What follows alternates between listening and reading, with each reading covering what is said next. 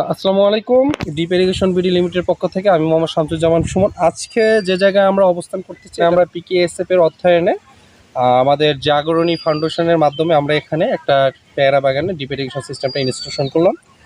আপনারা জানেন, যারা আমাদের প্রোগ্রামগুলো দেখেন বা ভিডিওগুলো দেখেন ডিপ ইরিগেশনের, তারা হয়তো বা জানেন আমাদের যে সিস্টেমগুলো আমরা সেট আপ করি সেটা আমাদের মানে আপনারা যারা পরিচিত আছেন সেক্ষেত্রে আপনাকে যদি আমরা সেট আপটা দেখাই, আমাদের যে মেন লাইনটা হয় আপনারা দেখতে পাচ্ছেন অলরেডি কিন্তু আমরা পানি চালাচ্ছি। এর সঙ্গে দেখতে পাচ্ছেন আমাদের যে লাইনটা হয় 2 ইঞ্চি লাইন আছে। এখানে একটি সাবমার্সিবল 2 ঘোড়া পাম্প ইউজ করা হয়েছে, যেটা আমরা একটা ডিস ফিল্টার ইউজ করেছি 2 ইঞ্চি। এর সাথে আমাদের দুই পাশে দুটো ভাল্ব ইউজ করেছি। এবং এখানে আমরা আসলে যারা ড্রিপ ইরিগেশন স্প্রিংলার করতে চায়, আমরা বারবার বলি যে মেন লাইনটা 2 ইঞ্চি করবেন। সেক্ষেত্রে আপনাদেরকে বারবার বলি আপনার 2 ইঞ্চি থেকে 1.5 ইঞ্চি আপনাকে মেন লাইনটা করতে হবে, সেখান থেকে আমাদের শাখা লাইনগুলো বের হবে। তো এইভাবে আমরা সিস্টেমটা ইনস্টলেশন করছি। এইখানে যে শাখা লাইনগুলো আমরা করেছি আপনারা দেখতে পারবেন। আমাদের শাখা লাইনটা যদি একটু দেখাই, আমাদের শাখা লাইনে আমরা আমাদের যে বাইপাস ড্রিপ ভালটা আছে, আমাদের এই ভালটা ব্যবহার করেছি। এর সঙ্গে আমাদের যে পলিইথিলিন পাইপটা আমরা এখানে ব্যবহার করেছি, যে পলিইথিলিন পাইপের সাথে আমরা ডিরেক্ট যেটা 4mm কানেক্টর বাদ দিয়ে আমরা যেটা ডিপার ইউজ করেছি, এইভাবে আমরা কানেকশন করছি। এই যে অ্যাডজাস্টেবল ডিপারটা আমরা দিয়েছি, এটা কিন্তু আপনাদেরকে বারবার বলে এটা ঘন্টায় 70 লিটার পানি ডেলিভারি করে। তাহলে আপনারা এটা অ্যাডজাস্ট করতে পারতেছেন। মনে করেন যে এটা আপনার ঘন্টায় 70 লিটার লাগবে না, আপনি কমাই দিতে পারবেন। আবার চাইলে এটা আপনি একবারে বন্ধ করে দিতে পারবেন, পানি বের হবে না। এটা চাইলে একবারে ফিক্স করে দিতে পারবেন, ঠিক আছে। আবার আমি আমার চাহিদা মতো আমি এটাতে পানি বের করতে পারবো। আবার এই যে বাইপাস ভালভটা আমরা ইউজ করতেছি, সেটার একটা উপকার আছে, আমি চাইলে একটা পুরো সারি কন্ট্রোল করতে পারবো। আবার চাইলে আমি চ্যানেল টু চ্যানেল যে গাছ আছে সেটা কন্ট্রোল করতে পারবো। আসলে যারা এই ধরনের সেট আপগুলো করতে চাচ্ছেন, সেটা এনজিও হোক বা আপনারা নিজেদের উদ্যোগে যাদের উদ্যোক্তা আছেন, যাদের বাগান আছে, তারা আমাদের সাথে যোগাযোগ করে এই ধরনের সিস্টেমটা সেট আপ করতে পারেন। তো আজকের এই সেট আপটা আমরা প্রথমত ধন্যবাদ জানাই জাগরণী ফাউন্ডেশনকে, যারা স্মার্ট এগ্রিকালচার ইরিগেশন সিস্টেমকে আমাদের যে প্রান্তিক লেভেলের যে কৃষক আছে তাদের কাছে পৌঁছে দিচ্ছে। সেক্ষেত্রে প্রথমত আমি এখানকার যে কৃষি অফিসার আছে মজিদ ভাইকে আমন্ত্রণ জানাবো যে আমাদের আসলে এই ধরনের সেট আপ সম্পর্কে তার নিজের মুখ দিয়ে শুনবো আসলে কেমন লাগতেছে তার। আসেন আমরা একটু তার কাছেই শুনি। ভাই আসসালামু আলাইকুম। আমি মজিদ ভাই, ভালো আছেন? আলহামদুলিল্লাহ, ভালো আছেন? জি ভাই। ভাই এই এলাকাটা কোন জায়গায়? এটা হচ্ছে পাবনা জেলার ঈশ্বরদী উপজেলা। আচ্ছা, ঈশ্বরদী উপজেলা, দড়িকামাল। আচ্ছা, এই যে আপনারা যে এই পেয়ারা বাগানে যে ডিপ ইরিগেশন সিস্টেমটা ইনস্টলেশন করলেন, মানে আপনাদের চিন্তাটা কেন হলো যে ডিপ ইরিগেশনে করা প্রয়োজন? এটা তো সবাই জানে, প্রত্যেকটা স্মার্ট কৃষকও জানে। ডিপ ইরিগেশন বলেন আর স্প্রিংলার বলেন, এটা হচ্ছে সেচ সাশ্রয়ী একটা পদ্ধতি। ঠিক আছে, তো এই এলাকায় দেখা যায় যে শুষ্ক মৌসুম যখন আসে তখন সেচের পানি সমস্যা হয়। তো আমরা শেষের পানিটা যাতে সাশ্রয় করা যায়, এই উদ্দেশ্যটাকে সামনে রেখে এবং হচ্ছে চাষি যাতে ব্যয় সাশ্রয়ী পদ্ধতিতে সেচ দিতে পারে নিজের জমিতে, সেই উদ্দেশ্যটাকে সামনে রেখে আমাদের এই জিনিসটা ইনস্টলেশন করা। আচ্ছা, আমরা আসলে আপনার যারা যে স্মার্ট এগ্রিকালচার ইরিগেশন সিস্টেমের আয়তায় আছে, আমরা হয়তো এটা আমাদের কাছে একটু প্রথমত স্টেপে সহজে অ্যাকসেপ্ট করে না। সেক্ষেত্রে আপনারা কাস্টমার যারা উদ্যোক্তা আছে বা যারা এই ধরনের বাগানি আছে তাদেরকে কিভাবে এই স্মার্ট ইরিগেশনের আওতায় নিয়ে আসা যায়, এক্ষেত্রে আপনারা কি ধরনের উদ্যোগ নিচ্ছেন? এক্ষেত্রে প্রথম মোটিভেশন যেটা আমরা চাষিদেরকে দিই সেটা হচ্ছে আমরা বলি যে আমরা এই ধরনের সেটআপ আপনাদের ইনস্টল করে দিতে যাচ্ছি।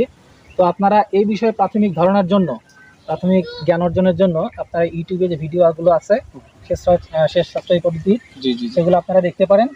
সেগুলো দেখে যদি আপনার মনে হয় যে ভালো জিনিসটা আপনার জন্য ইফেক্টিভ হবে, তাহলে আমাদের সাথে যোগাযোগ করবেন, আমরা আপনাদেরকে এই জিনিসটা ইনস্টল করব। আচ্ছা, এখানে মনে হয় আপনার কৃষক অনেক আগ্রহী হচ্ছে। এর পাশাপাশি আপনারা নিজেরা হয়তো বা পরামর্শ দিচ্ছেন বা তাদেরকে প্রাতিষ্ঠানিক কিছু হয়তো বা আপনারা ধারণা দিচ্ছেন।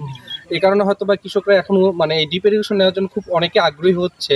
আসলে ডিপ ইরিগেশন আমাদের বাংলাদেশের যে কৃষিতে কেন এত জরুরি, আপনি একটু আমাদের দর্শকদেরকে বলবেন এই কেন প্রয়োজন, কি কি কাজে প্রয়োজন, এবং কেন আমাদের এটাতে এখন এই স্মার্ট এগ্রিকালচার যে ইরিগেশন সিস্টেমে যাওয়া উচিত।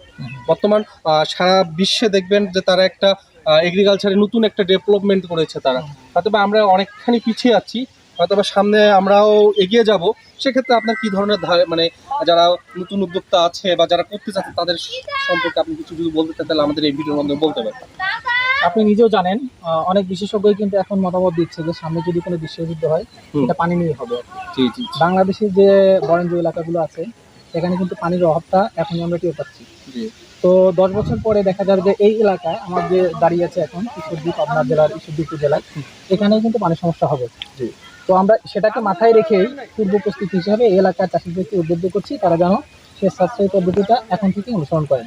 এতে তারও ভালো হবে এবং দেশের জন্য সেটা ইতিবাচক হবে আমি মনে করি। আচ্ছা, অবশ্যই আপনাকে ধন্যবাদ মজিদ ভাই। আপনার এই ধরনের নতুন নতুন উদ্যোক্তা তৈরি করবেন এবং আমাদের এগ্রিকালচার বা ইরিগেশন সিস্টেমকে তাদেরকে নিয়ে নতুন ধরনের শিক্ষামূলক প্রতিষ্ঠান যে যারা কাজ করতেছি আমরা ইরিগেশন নিয়ে, তারা অবশ্যই স্মার্ট এগ্রিকালচার ইরিগেশনকে আমরা সামনে এগিয়ে নিয়ে যাবো। আসলে এই বাগানের যে মালিক, উনি একজন ব্যবসায়ী, যিনি আমি যতটুকু জানি হয়তো ওনার বাগানে ইয়ে করেছে।